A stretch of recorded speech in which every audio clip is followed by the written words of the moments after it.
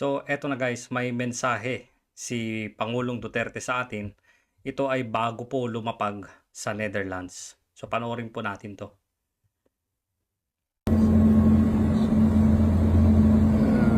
To my countrymen, just to give you the current situation. I am about to land sa Hague.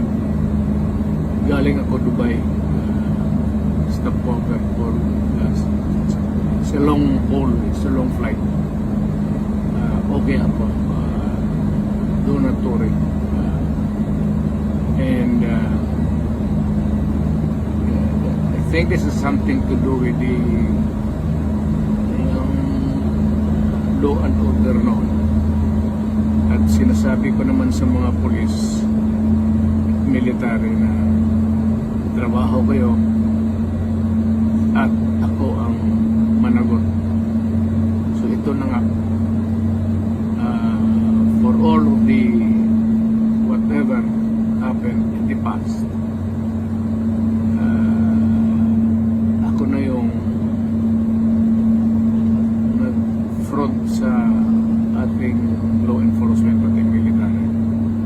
Sinabi ko na I will protect you and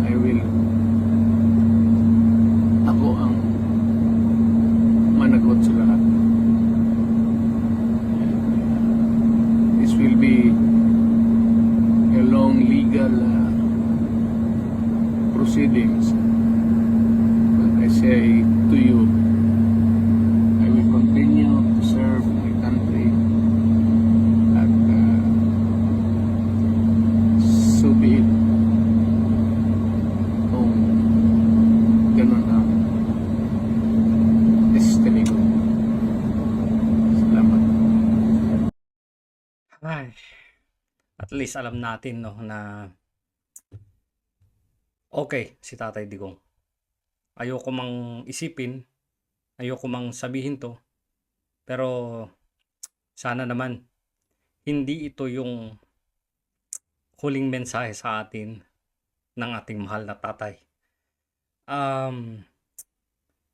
Ay, ayoko maging emotional makita sa video, but my heart is crying. Talagang nagsusumigaw yung puso ko ngayon, talagang masakit na masakit guys, sobra. Panalangin na lang natin no na sana ay malampasan niya to at higit sa lahat yung kalusugan niya. Sana maging malakas pa rin siya na harapin itong unos na dumating sa kanyang buhay.